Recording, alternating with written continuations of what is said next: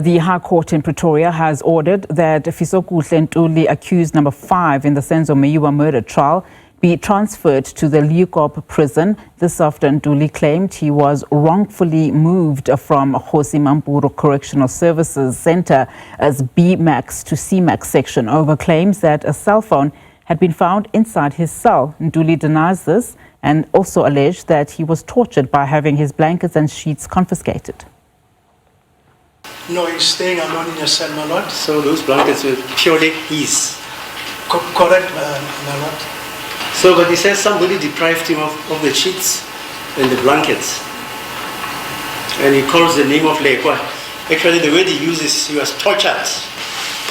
My lord, each and every offender is entitled, it is his right to have blankets and the sheet. So we cannot deny him as such. But I'm told he was transferred to the C-Max or what? Yes, my lord, to C-Max. He's transferred to C-Max. On the 9th. On the 9th of July 2025, my lord. 9th of July. Correct, my lord. What was the reason? The reason was that he was found in possession of a cell phone, my lord. Prison authorities say the cell phone was found in Ntuli's cell on the 8th of July during a search operation, and he was moved from Kgosi Mampuru's B-Max to C-Max section the following day. But Ntuli denied this, claiming the cell phone may have been planted. My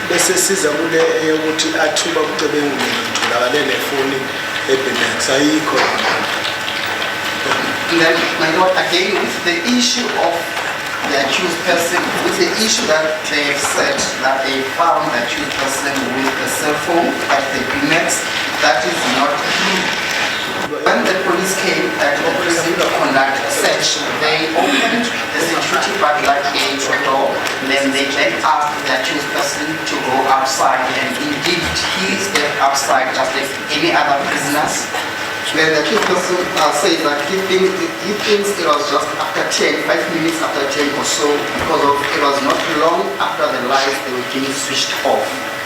Soon after the lights were switched off, maybe after 5 minutes or so, they then came in.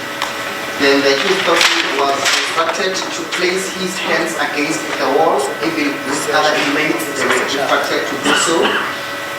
By doing so, then the police, they then started to search around there. A police officer who was searching the accused person, he asked from him of his cell. He then pointed out the cell to the police officer. After he had pointed out his cell to the police officer, then the police officer then asked him to get inside the cell with him. Then the police officer walked inside the accused person's cell. As he was there, he continued in searching inside that cell, and then one other police officer, he appeared, and then he was wearing correct clothes, and he doesn't know the name of that police officer. He then asked, pertaining to the TV that he discovered in his cell, whether the accused person has a permit to have a TV in his cell. I then informed him that the TV does not belong to me, however it belongs to the section, and it goes from one cell to another cell. He then informed the accused person that now that the accused person did not know, was not in a possession of a permit for that TV, he then informed him that he will take the TV with him, and then the person who has a permit for that TV will then go downstairs to fetch it with a permit. He then took out the TV from the plug, he then gave it to that police officer. After doing so, the police officer then left. The one who was conducting search, he was still busy conducting the search inside the cell. And then as the police officer, as he was exiting the cell holding the TV, another female police officer appeared. He then asked for a payment. He then asked for a jail ticket from the accused person. The accused person was under the impression that perhaps they want to go and write the TV that was coming from his cell now that they asked him for his prison ticket. And then the first police officer who came in to conduct a search at his cell, he was still busy there searching. He proceeded in searching up until he was done. After he was done, he then said to him he was done searching and then he would leave him. After saying so, he then locked him. Then the accused person remained behind. After he remained behind, he then placed his things according to the way that they were packed before. And that police officer was conducting a search in his cell. He never found anything in his possession, nor inside the cell in which the accused person was kept at. Ekuseni kufike kuvula amaphoyisa mayevula amaphoyisa ahamba And during the morning hours, Mr. Mshini, together with other police officers, they came at his cell. They then opened his cell. After they were done opening there, they then informed him that he should pack all his belongings and leave. He then asked them why must he pack all his belongings and leave.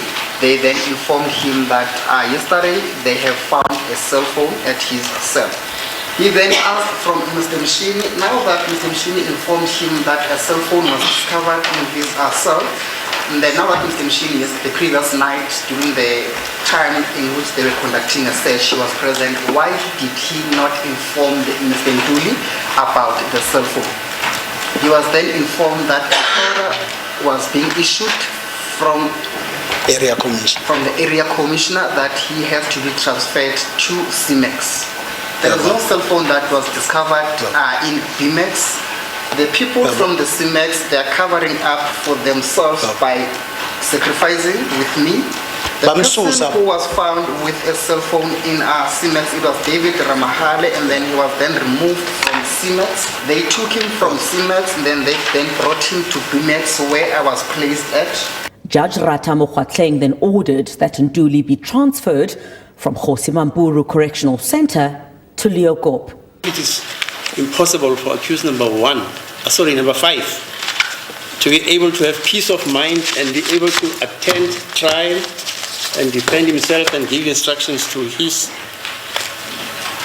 advocate or her advocate, and making the order that he must be housed at Leeuwkop maximum B, you say. Griselda Lewis, SABC News, at the High Court in Pretoria.